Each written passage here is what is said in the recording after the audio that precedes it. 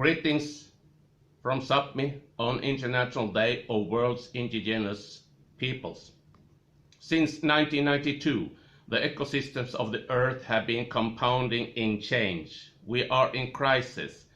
We are in an accelerating spiral of climate change that will not abide unsustainable greed. Today, we reaffirm our relationship to Mother Earth and our responsibility to coming generations to uphold peace, equity, and justice. As peoples, we reaffirm our rights to self-determination and to own, control, and manage our ancestral lands and territories, waters, and other resources. Our lands and territories are at the core of our existence. We are the land, and the land is us. This was a brief quote from the important Kimberley Declaration that were established by Indigenous delegations prior to WSSD in 2002. Sisters and brothers, ladies and gentlemen, may I introduce myself? My name is Stefan Mikaelsson, and I am a long-time member of the Sami Parliament Plenary Assembly Swedish side, and also the oldest one. Today we can globally honor as well as jointly celebrate this significant important day of community for all of the indigenous peoples of the world.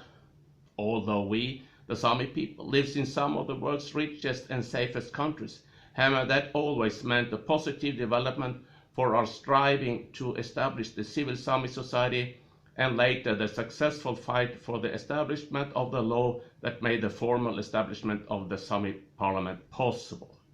And it's only 28 years since the Sami family became whole again, when representatives for the Sami organizations located on Kola Peninsula were allowed to cross borders and could join other Sami organizations and establish border crossing activities. A small step for mankind, but a giant leap for the Sami nation. The borders of the four national states divides Sapmi, our homeland. The Sami people can cross these borders without hindrance. Our nation were acknowledged already in an annex of a border treaty in 1751 between Kingdoms of Denmark, Norway and Kingdom of Sweden, and is still valid even today. The borders were created against our will and caused today's differences, opposing interest and disagreement for us, the Sami nation. The new UN Special Rapporteur on the Rights of Indigenous Peoples, José Francisco Calizay, have expressed serious concern over devastating impact of the COVID-19 pandemic is having on indigenous peoples beyond the health threat. And I quote, "In some countries, consultations with indigenous peoples and also environmental impact assessments are being abruptly suspended in order to force through mega projects relating to agribusiness, mining, dams and infrastructure. But in the face and in the midst of such threats, the indigenous communities that have managed to best resist the COVID-19 pandemic are those that have achieved autonomy and self-government, which allows them to manage their lands, territories and resources, ensure food security through their traditional crops and traditional medicine. Now, more than ever, governments worldwide should support indigenous peoples to implement their own plans, to protect their communities, and participate in the elaboration of nationwide initiatives to ensure these do not discriminate against them." End of quote.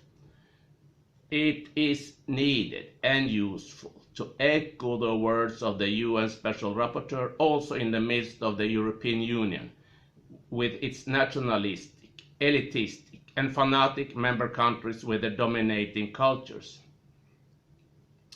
Indigenous peoples make up to 5% of the world's population. These 5% preserve about 22% of the Earth's surface. And on these 22% of the surface is about 80% of the world's biodiversity remaining. Indigenous peoples are not part of the problem. We are part of the solution. The problems such as global warming, escalating climate change and pandemic situation that mankind face today are in many cases created by the greedy loan-based growth economy of Europe and North America. It is with human rights as it is with love. It's not possible to get too much. Neither is it harmful for your non-indigenous neighbors or the main society.